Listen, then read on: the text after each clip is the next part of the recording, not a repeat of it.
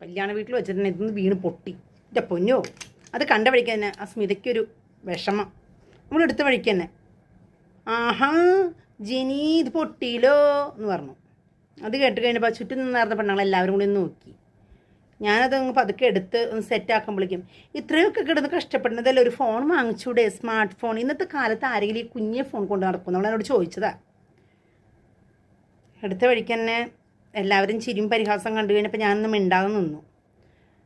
എൻ്റെ ഫോൺ പൊട്ടിയാൽ അവളല്ല എനിക്ക് പുതിയത് നാളെ വേണമെങ്കിൽ കൊണ്ടുവന്ന് തരുമായിരിക്കും. നമ്മൾ എത്ര കഷ്ടപ്പെട്ട് വാങ്ങിച്ച ഫോണാണെന്നറിയും ഞാനിത്. 1500 രൂപ കൊടുത്ത് വാങ്ങിച്ചതാണ്. അതിന് അതിൻ്റേതായിട്ടുള്ളൊരു വിലയില്ലേ. പക്ഷേ ഇതൊക്കെ പറഞ്ഞാലും ഒരു സ്മാർട്ട് ഫോൺ വേണമെന്ന് ആഗ്രഹമുണ്ട്. പക്ഷേ ആ ആഗ്രഹത്തിന് ഞാനങ്ങ് മൂടി വയ്ക്കുക. ചിലവുകൾ തീർത്തിട്ട് കാര്യം മുന്നോട്ട് കൊണ്ടുപോകാൻ പറ്റത്തില്ലല്ലോ. അതുകൊണ്ട്